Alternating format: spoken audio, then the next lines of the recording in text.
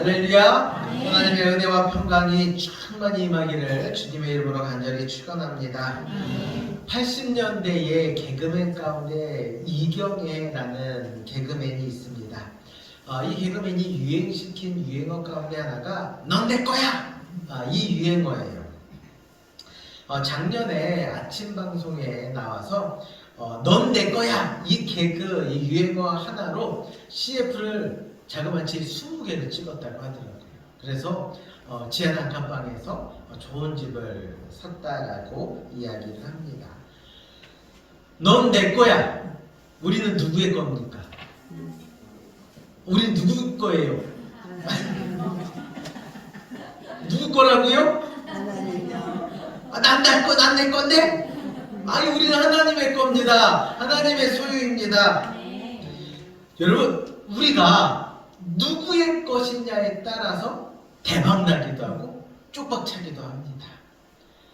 넌 내 거야 CF와 넌 내 거야 유행어 하나로 CF 20개 찍어서 대박났다는 거예요. 하나님이 우리를 하나님의 소유로 삼으시면 우리의 인생이 주님께서 주관하시고 역사하시는 은혜의 삶이 될 줄로 믿습니다. 오늘로 민수기 4번째 시간인데 민수기의 말씀을 잘 듣고 있으면요 마치 하나님께서 우리에게 이렇게 말씀하시는 것 같아요. 넌 내 거야. 넌 내 거야. 민수기의 말씀이 바로 하나님이 우리의 소유다. 하나님께서 우리를 하나님의 소유다라고 말씀하신다라는 것이지요. 이스라엘 백성들을 거룩한 하나님의 소유로 삼으신 것처럼 오늘 우리도 하나님의 소유로 넌 내 거야 라고 말씀하십니다.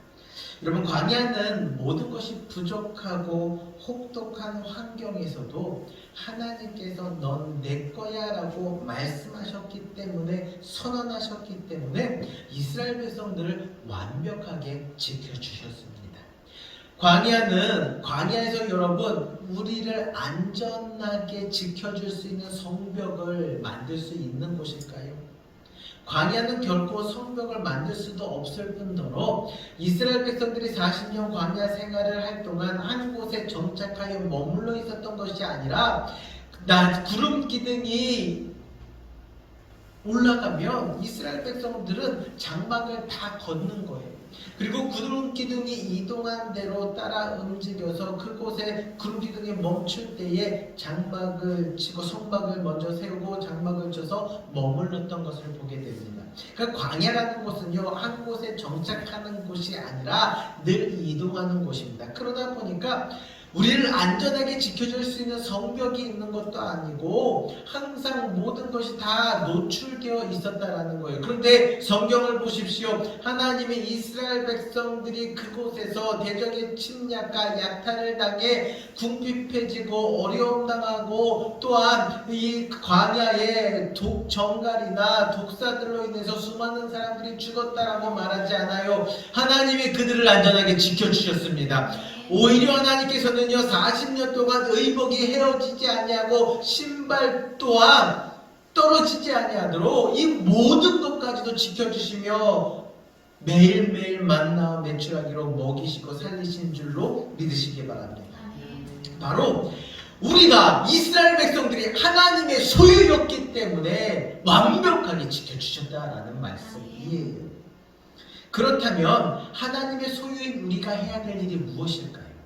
하나님은 우리를 이렇게 완벽하게 지켜주셨는데 지킴받은 백성, 소유인 백성이 하나님을 위해 해야 될 일이 무엇이냐라는 말씀이죠. 바로 하나님의 소유인 이스라엘 백성들이 해야 될 일은 하나님을 찬양하고 예배하는 것입니다. 민수기 9장의 말씀은 하나님의 소유된 백성들이 하나님을 찬양하고 경배하기 위해 반드시 지켜야 할 절기가 있는데 그것이 무엇이냐? 바로 유월절을 말씀하고 있는 것입니다. 그리스도인이라는 말은 수리아 안디옥 교회에서 처음으로 사용된 말이에요. 이것은 사도 바울과 바나바가 안디옥에 가서 이스라엘 이 백성들을 하나님의 말씀을 가르쳤을 때에 예수 믿는 사람들이 많아지기 시작했어요. 그 예수 믿는 사람들을 외부에 있는 사람들이 보면서 이야기했던 말이 바로 그리스도인이었습니다. 그리스도인은 그리스도께 속한 사람이다 라는 뜻을 가지고 있어요. 저와 여러분은 그리스도인입니다. 우리는 그리스도인입니다. 말로만 그리스도인이 아니라 그리스도인이라는 정체성을 확실히 알고 있어야 하는데, 이 정체성이 바로 뭐예요? 그리스도인은 누구입니까? 예수를 믿는 자들이잖아요. 그리스도인은 예수 그리스도께서 십자가에 달려 죽으심으로 그 고난의 피로 말미암아 죄 씻음을 받은 자들입니다. 예수님께서 나를 대신하여 십자가에서 희생제물이 되시고 대속제물이 되셨다라는 거예요. 그리고 죽은 지 3일 만에 부활하셨습니다. 십자가의 고난과 부활을 믿는 자들이 누구예요? 그리스도인들이다라는 말씀이죠. 예수 그리스도의 십자가 사건, 대속제물이 되신 이 사건의 시작이 바로 뭐냐? 유월절이에요. 민수기 9장에서는 출애굽한 이스라엘 민족에게 유월절을 지켜라, 유월절을 지켜라 라는 말씀입니다. 유월절을 통해서 그리스도인들의 정체성을 알고 그리스도인답게 하나님을 찬양할 수 있는 저와 여러분들이 되시기를 주님의 이름으로 간절히 축원합니다. 첫 번째로 유월절의 유래에 대해서 말씀을 드릴게요. 유월절은 애굽에서 노예로 있던 이스라엘 백성들을 구원하시고자 하나님께서 모세를 보내십니다. 모세가 애굽에 와서 이스라엘 백성들을 구원해서 나가고자 이 바로 왕의 마음을 변화시켜야 되는데, 그 마음이 강팍하여 변화되지 않는 거예요. 그래서 하나님께서는 10가지 재앙을 내리십니다. 애굽에 내린 10가지 재앙은 바로 하나님 되심을 보여주시는 그런 사건들이에요. 그 10가지 재앙 가운데 마지막 10번째 재앙이 무엇입니까? 바로 장자의 죽음이에요. 애굽 전역에 있는 모든 사람과 짐승들의 처음 태어난 것들이 다 죽음을 맞이하게 됐던 것이 바로 10번째 재앙입니다. 그런데 모든 사람과 모든 짐승의 첫 번째 난 것이 죽음을 맞이하게 되는데, 그것에 예외가 있어요. 바로 하나님께서는 모세에게 말씀하십니다. 어린 양을 잡아 그 피를 우슬초에 묻혀서 문설주에 바르는 집은 그 죽음이 건너간다라는 거예요. 지나간다라는 것입니다. 그래서 유월절의 뜻이 바로 건너가다라는 의미가 있는 것입니다. 이제 이 10번째 재앙으로 인해서 바로 왕도요, 장자가 죽은 거예요. 그 슬픔에 이스라엘 백성들을 놓아줍니다. 너희들 떠나라고 놓아주는 거예요. 그래서 이스라엘 백성들은 급하게 떠나야 하기 때문에 그 유월절에는 어린 양의 고기를 불에 구워 먹습니다.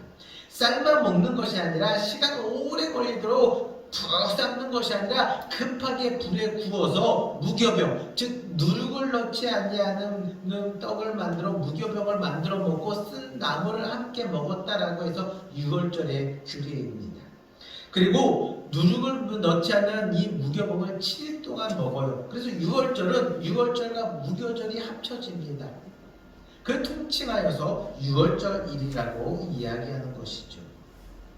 노예에서 해방된 출애굽을 기념하기 위해 지킨 절기가 바로 유월절입니다. 이 유월절은 이스라엘의 3대 절기 가운데의 하나이기도 하죠. 두 번째 유월절에 대해서 이야기합니다. 출애굽한 지 1년이 지났어요. 시내 광야에 머물러 있습니다. 사람들은 벌써 이 출애굽의 감격과 홍해를 건넜던 이 기적의 사건을 점점 잊혀져 가고 있는 거예요. 광야 생활은 이스라엘 백성들의 마음을 점점 무디게 했습니다. 광야는 어떤 곳이라고 말씀드렸어요? 모든 것이 부족하고 혹독한 곳입니다. 그러다 보니까 부족함 때문에 하나님의 은혜를 점점 잊혀져 가는 거예요. 광야에 출애굽했던 그 기적들을 잊는 것입니다. 잊게 되니까 뭐가 나와요? 불평이 나오기 시작합니다. 홍해를 건넌 이 놀라운 기적을 경험했던 이스라엘 민족들이 3일이 지났을 때에 물이 없자 마라에서 이 쓴물을 보자 불평하기 시작했잖아요. 그것이 1년 동안 지속되었다라는 말씀이죠. 이스라엘 백성들의 마음에는 느슨함이 있습니다. 출애굽의 은혜를 잊고 하나님 앞에 원망하고 불평하기 시작하자 하나님께서는 출애굽한 지 1년이 지난 두 번째 해에 유월절을 지켜라. 유월절을 지켜라. 바로 하나님께서 너희를 구원하신 노예 생활에서 해방시켜 주신 그 은혜를 기억하면서 유월절을 지키라고 말씀하신 것입니다. 여러분, 이 민수기 7장에서는 우리가 건너뛴 7장의 말씀에서는 성막을 세웁니다. 그리고 12지파의 지휘관들이 12일 동안 하루에 한 지파씩 하나님 앞에 예물을 드리는 거예요. 8장에서는 레위인들을 구별하여 하나님의 소유된 레위인들이 이 성막 안에서 봉사하는, 제사 드릴 때 봉사하는 직무에 대한 말씀을 하고 있습니다. 여러분 생각해 보세요. 성막이 세워졌습니다. 그리고 제사를 드리는 제사장과 레위인의 직무에 대해서 다 하나님께서 말씀하셨어요. 그럼 이제부터 뭘 해야 될까요? 온 이스라엘 백성들이 하나님을 예배해야 되는 때가 온 것입니다. 하나님을 예배하는 것, 그것이 바로 처음이 유월절을 지키라는 명령입니다. 유월절은 그래서 지켜도 되고 안 되고의 문제가 아니라 반드시 지켜야 하는 절기다라는 말씀이에요. 그것도 하나님께서는 정한 날짜를 정확히 명확하게 말씀하셨어요. 1월 14일 해질 때에 모세에게 말씀하신 방법대로 그대로 유월절을 지켜라. 그런데 한 가지 의문이 생기는 거예요. 만약 유월절을 지킬 수 없는 상황이 발생하면, 회막 성막에 들어가는 것은요, 거룩한 자만이 들어갈 수 있잖아요. 부정한 자는 들어갈 수가 없어요. 부정하면 7일 동안 정결 과정을 거친 후에 들어가야 되는데, 만약 시체를 만졌을 경우에, 우리 집안에 장례가 났어요. 그래서 시체를 만지면은 부정하기 때문에 7일 동안 이 성막에 들어가서 제사를 드릴 수가 없는 거잖아요. 내가 제사를 드리고 싶어요. 내가 유월절을 지키고 싶어요. 내가 하나님을 예배하고 싶어요. 그러나 나는 부정한 자이기 때문에 들어갈 수 없어요. 이럴 때에는 하나님 어떻게 해야 합니까? 백성들이 묻는 거예요. 그러자 모세가 그에 대한 답이 없으니까 잠시만 기다리라. 내가 하나님 앞에 여쭙겠다고 이야기를 합니다. 여러분, 지금 유월절 절기를 지키는 것은 처음이에요. 첫 번째 유월절이었던 출애굽할 당시에는요, 이들 다 정신이 없어요. 이게 유월절인지 뭔지 절기인지 몰라요. 급하게 빠져나와야 하기 때문에 하나님이 어린 양을 구워 먹고, 그래서 무교병과 쓴나물 먹고 아침이 되면 다 태워 없애야 돼, 이렇게 알려주셨지 이것이 유월절인지 몰랐어요. 그런데 이제 1년이 지나고 유월절을 지키라고, 그때의 감격과 기념하기 위해 이 유월절을 지키라고 하셨는데, 이전에 오랫동안 지켜왔다라고 한다면 뭔가 데이터가 있고, 지키지 못하는 사람들은 어떻게 다른 방법으로 해야 되고, 이런 것들이 있었을 거잖아요. 근데 그게 전혀 없다라는 것이죠. 그래서 모세는 내가 임의대로 한번 생각해보고 얘기해 줄게가 아니라, 내가 하나님 앞에 물어보고 너희에게 대답해 줄게.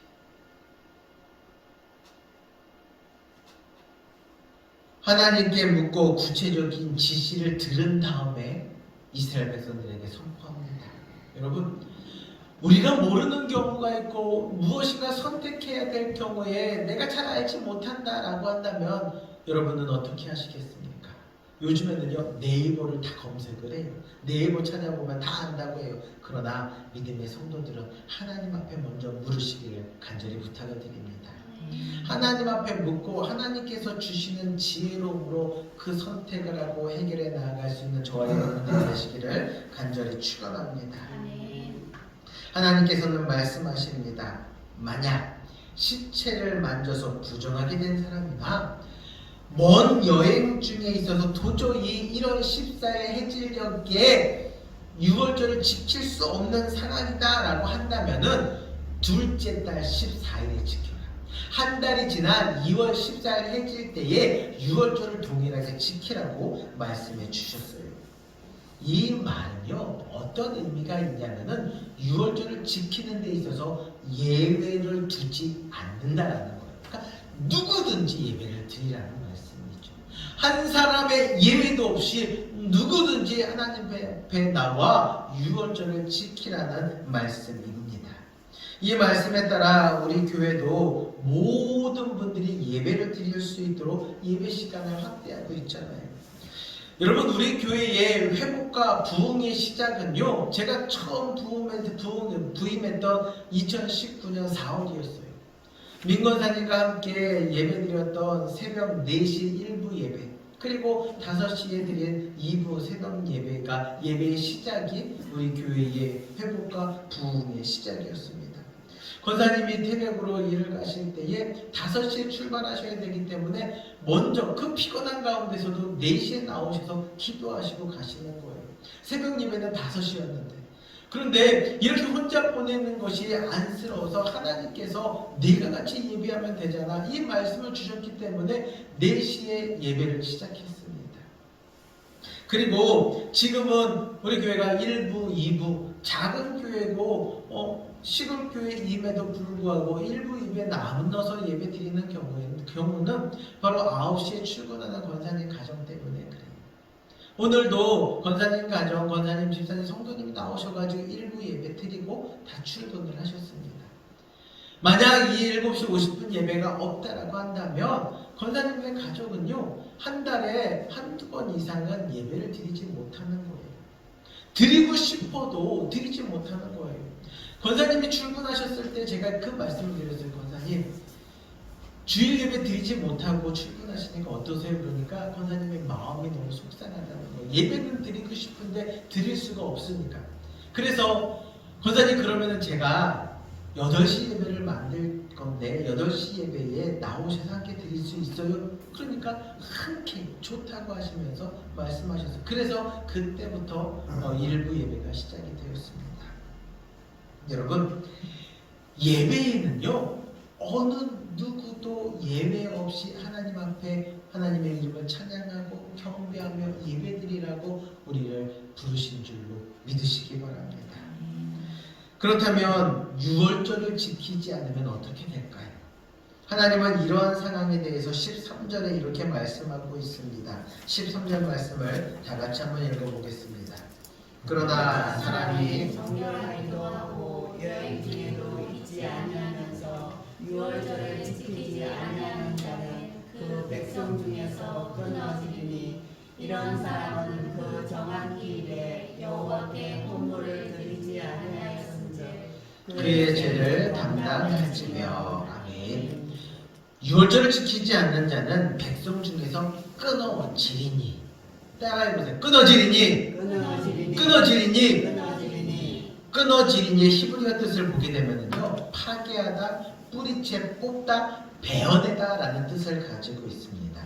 6월절을 지킬 수 있는 상황임에도 불구하고 지키지 않을 경우에는 하나님의 소유된 백성에서 베어내시겠다라는 말씀이에요. 얼마나 무서운 말씀입니까? 뿌리채 뽑아서 소유로서의 존재 가치가 완전히 상실될 것이라는 말씀입니다. 하나님의 소유가 아니라는 말은 더 이상 하나님의 은혜와 평강의 축복이 흘러가지 않는다라는 거예요. 우리는 하나님의 자녀잖아요. 자녀에게는 기업을 상속받을 수 있는 자녀됨의 권세가 있다는 말씀이에요. 그 상속받을 수 있는 권세가 완전히 사라진다는 말씀이죠. 지난 수요일에 민수기 6장의 말씀을 가지고 제사장 축복 기도에 대한 말씀을 전해드렸습니다. 민수기 6장은 나시린의 규례예요. 나시린은 누구입니까? 거룩하게 구별된 사람. 우리가 하나님을 닮아가는 자녀로서 거룩하게 살겠습니다 라고 구별하여 선언하고 그렇게 생활을 합니다. 그래서 하나님께서는 모세에게 말씀해요. 제사장들이 이렇게 거룩한 하나님의 내 소유된 백성들을 위해 축복 기도해라. 하나님이 말씀하신 거예요. 거룩하게 살고자 하고는 성도들을 향해서 목사를 통해 축복 기도해라. 너희가 제사장들이 백성들을 향해 축복 기도하면 하나님께서 즉시 집행하시겠다. 복을 주리라 라는 말씀은 집행하시겠다라는 거예요. 집행은 뭐예요? 속히 이루신다는 말씀이죠. 그 기도들. 그런데 하나님께서 집행하시는 그 은혜가 만약 그 6월절을 지키지 않으면, 지킬 수 있음에도 불구하고 하나님 앞에 6월절을 드리지 않으면 끊으시겠다. 집행하셨던 그 은혜를 거두시겠다라는 말씀입니다. 그래서 유월절은요, 유월절을 지키는 것은 죽고 사는 문제가 달려있는 거예요. 얼마나 중요한 말씀입니까? 하나님은 말씀하십니다. 넌 내 거야. 그러니 너희를 구원한 나를 기념하여 나를 경배하라. 너희를 구원한 나를 기념하여 나를 경배하라. 그것이 하나님의 소유인 우리가 반드시 해야 할 일인 줄로 믿으시기 바랍니다. 세 번째는 영원한 유월절이에요. 광야 2년째에 두 번째 유월절을 지키게 하신 후에 38년 동안 이동하는 중에는요, 이 유월절이 지켜지지 못했습니다.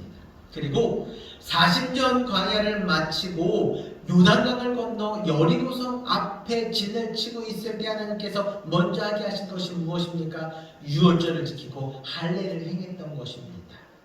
가나안 정복 전쟁을 앞두고 여리고성을 무너뜨리는 것을 바로 앞에 두고 목전에 두고 제일 먼저 유월절을 지켜요. 하나님이 너희를 구원하셨던 그 은혜를 기억하여 가나안 땅에 들어가라는 말씀이지요. 그리고 어린 양 대신 예수님의 죽으심으로 말미암아 이 유월절을 완성해 주셨습니다. 십자가를 지시기 전 유월절 만찬에서 예수님께서 떡을 떼어 주시며 이것은 나의 살이다라고 말씀하셨잖아요.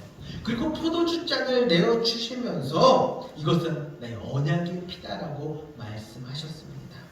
그리고 십자가에 달려 죽으심으로 첫 번째 유월절, 출애굽할 때에 지켰던 그 유월절을 완성하신 줄로 믿으시기 바랍니다. 첫 번째 유월절은요, 어린 양을 잡아 그 피를 문설주에 바름으로 인해서 죽음이 건너갔습니다. 예수님께서 친히 우리를 대신하여 어린 양이 되셔서 그 피를 흘리신 거예요. 예수님께서 죽으심으로 누구든지 예수 그리스도를 믿기만 하면 구원받은 은혜를 누린 줄로 믿으시기 바랍니다. 첫 번째 유월절은 어린 양을 죽임으로 인해 그 피 때문에 죽음이 건너갔지만 이제는 어린 양 대신 예수 그리스도를 믿기만 하면 우리는 영원한 생명 가운데 거한다는 말씀이에요. 이것이 왜 예수님의 이 십자가 사건이 유월절의 완성이냐 하면은 유월절은요, 어린 양의 뼈를 꺾지 않았어요. 뼈를 꺾지 말고 죽이는 거예요. 그런데 여러분, 예수님도 마찬가지로 어린 양 되셨잖아요. 그 뼈를 꺾지 않아요. 십자가 처형을 당했던 죄수들은요, 뼈를 꺾게 되어 있습니다. 왜냐하면 죽었는지 안 죽었는지를 확인하는 절차가 바로 뼈를 꺾는 거예요. 그런데 예수님이 십자가에 달려 죽으신 다음에 로마 군사들이 뼈를 꺾었다라는 기록이 성경에 나와 있습니까? 없지. 왜요? 예수님께서 완전히 죽으셨다는 것이 육안으로 확인되었기 때문에 그 뼈를 꺾지 않았다는 거예요. 이 말씀을 통해 예수님의 십자가 사건이 출애굽의 유월절을 기념하고 그것을 완성한다는 그러한 표징을 우리에게 보여주시는 것이다라는 말씀입니다. 마지막 유월절의 완성은 예수님의 죽음과 부활하심을 믿는 것, 예수 그리스도를 나의 구주로 고백하는 것만이 죄와 사망의 영원한 죽음에서 건지셔서 우리를 영원한 생명으로 인도하신 줄로 믿으시기 바랍니다. 요한복음 3장 16절을 다 같이 읽겠습니다. 하나님이 세상을 이처럼 사랑하사 독생자를 주셨으니 이는 그를 믿는 자마다 멸망하지 않고 영생을 얻게 하려 하심이라. 아멘. 예수님을 믿기만 하면 죽음에서 생명으로 옮겨집니다. 더 이상 유월절을 지킬 필요가 없습니다. 왜요? 예수님께서 유월절을 완성하셨기 때문에. 매년 1월 14일 해질녘에 모두 나오셔서 우리 유월절을 지킵시다. 마당에서 양 한 마리 잡고 그 피를 이 교회 문설지에 다 바르고 이제 우리를 구원하신 이 하나님을 찬양합시다. 이렇게 할 필요가 없다라는 거예요. 왜요? 예수님이 이 유월절을 완성하셨기 때문에. 이제는 우리가 해야 될 일이 무엇입니까? 예수 그리스도를 믿고 나를 구원하신 주님을 찬양하며 예배하는 일입니다. 주일을 거룩히 지키며 하나님의 소유된 백성으로 예수 그리스도 안에서 거하는 성도로서 오늘날을 살아가는 것이 바로 우리가 지금 지키는 유월절의 의미인 줄로 믿으시기 바랍니다. 이와 같은 유월절을 지키는 것은 여러분 선택의 문제가 아니에요. 주의를 지키는 것은 선택의 문제가 아니라 죽고 사는 생명의 문제라는 사실을 여러분 꼭 기억하시기 바랍니다. 사랑하는 성도 여러분, 유월절은 이스라엘 백성들 그리고 오늘날 하나님의 소유된 우리들 그리스도인들의 정체성을 나타내주는 절기이며 예배입니다. 애굽의 종살이에서 구원받았다.